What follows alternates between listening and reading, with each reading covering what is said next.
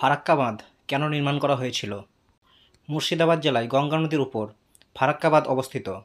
1961 সালে গঙ্গা নদীর ওপর এই বাঁধ নির্মাণের কাজ শুরু হয়।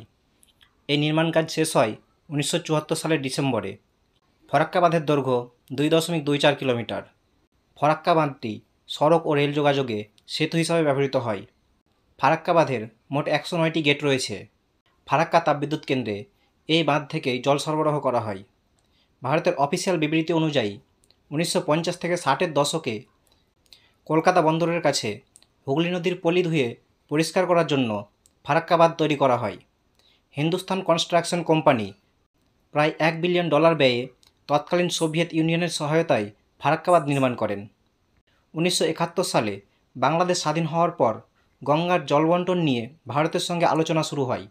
1974 সালের 16ই মে বাংলাদেশ সরকারের তৎকালীন প্রধানমন্ত্রী বঙ্গবন্ধু শেখ মুজিবুর রহমান এবং ভারতের প্রধানমন্ত্রী ইন্দিরা গান্ধী ফারাক্কা পয়েন্টে গঙ্গার জলবণ্টন বিষয়ে একটি চুক্তিতে আসে।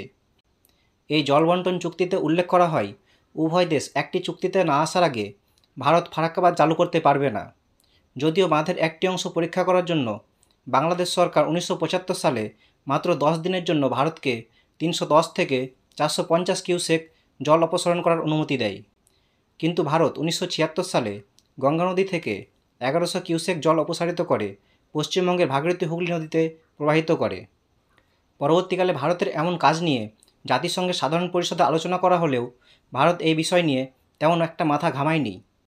1975, 1978, 1982 এবং 1992 সালে স্বল্পমেয়াদী জলবণ্টন চুক্তি হলেও কোনোবারেই ভারত তার কথা মতো কাজ করেনি।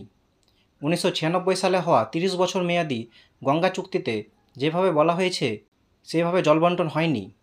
ভারত বাংলাদেশ চুক্তি অনুযায়ী নদীতে 70,000 কিউসেক জল থাকলে উভয় দেশ পাবে 35,000 কিউসেক করে। এর বেশি থাকলে 40,000 কিউসেক পাবে ভারত, বাকিটা পাবে বাংলাদেশ।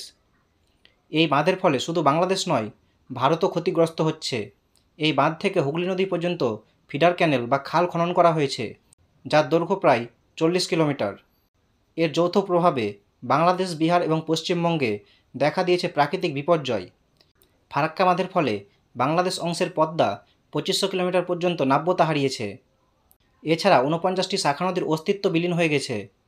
বিহার ও উত্তরপ্রদেশে প্রতি বছর বন্যা দেখা যায় এই বাঁধের কারণেই। ফারাক্কা বাঁধের ফলে গঙ্গাবাহিত পলির পরিমাণ 2 বিলিয়ন টন থেকে 1 বিলিয়ন টনে নেমে এসেছে।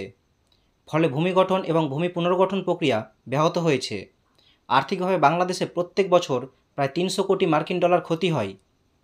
রাজশাহী, চাঁপাইনবাবগঞ্জ এলাকায় জলের স্তর 8 থেকে 10 ফুটের জায়গায় 15 ফুট নিচে চলে গেছে।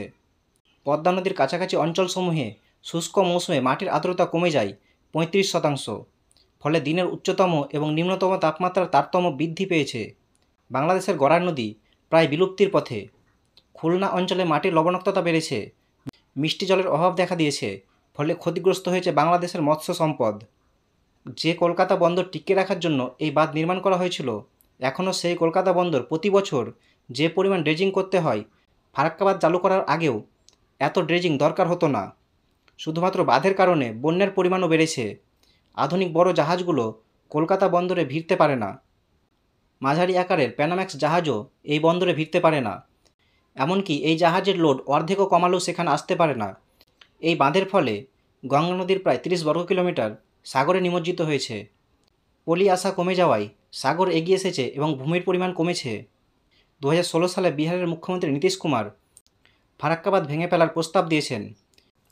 তো বন্ধুরা, আপনাদের কি মনে হয়, ফারাক্কা বাঁধ থাকলে ভালো না খারাপ, তা কমেন্ট বক্সে কমেন্ট করে জানাবেন।